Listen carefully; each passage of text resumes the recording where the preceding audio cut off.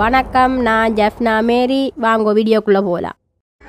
வாங்கோ இட்லி தோசைக்கு சாப்பிடக்கூடிய சால்னா செய்வோம். பிடிச்சிருக்கா? பிடிக்கல. என்ன அந்த பொம்பளை பிடிச்சிருக்காங்க, நீமா பிடிக்கலங்கிற என்ன? அது செய்கிறதுக்கு தக்காளி பழம் 2 தக்காளி பழம் எடுத்து வெட்டி வச்சிருக்கிறேன். வெங்காயம் 2 எடுத்து வெட்டி வச்சிருக்கிறேன். கச்சான், வெங்காயம், பெருஞ்சீரகம், தேங்காய் பூ 2 அடிக்க போகிறேன். 2 வச்சு கிளப்பிட வேண்டியதான். ஹெவியா இருக்கு போல் இருக்கு. இந்த வெட்டி விட்டது.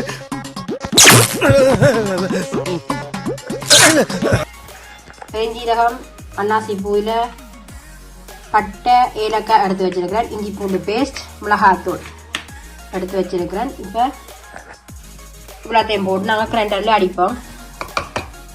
ஒரு பேருக்கு தண்ணி கொஞ்சம் விடுவோம். தண்ணி விட்டு அடிப்போம். அரைச்சி எடுத்தாச்சு. இப்போ செய்வோம். வாங்கோ எண்ணெய் எடுத்துருக்கிறேன். நல்லெண்ணெய் விடுவோம்.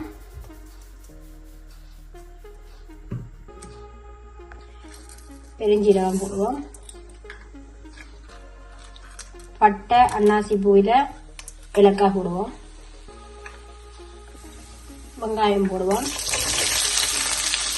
பட்டையும் போடுவோம்.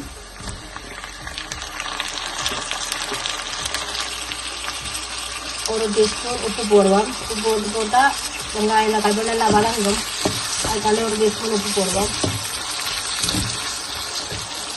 வதங்கிட்டுக்கு இப்போ மிளகாத்தூள் போடுவோம். இஞ்சி பூண்டு பேஸ்ட் போடுவோம். போட்டு நல்லா வதங்க விடுவோம். அரைச்சி வச்சிருக்கிற தேங்காய் இதை போடுவோம். கொஞ்சம் தண்ணி விட்டு அதையும் ஊற்றுவோம். போடுவோம். நல்லா செஞ்சு முடிஞ்சுது. நீங்களும் வீட்டை செஞ்சு பாருங்க. தோசை, இட்லி எல்லாத்துக்கும் இது நல்லா இருக்கும். இது நான் தோசை தான் சுட்டுறேன். இன்றைக்கி தோசைக்கு சாப்பிட போகிறேன். பாருங்க, 5 மூணு தோசை. தோசைக்கு சால்னா விட்டு சாப்பிட போகிறேன். இட்லிக்கு, தோசைக்கு எல்லாம் விட்டு சாப்பிட நல்லா இருக்கும். பாருங்க, சூப்பர் டேஸ்ட்டாக இருக்கும்.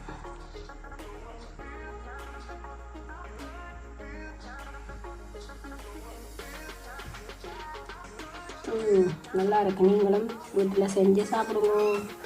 நன்றி.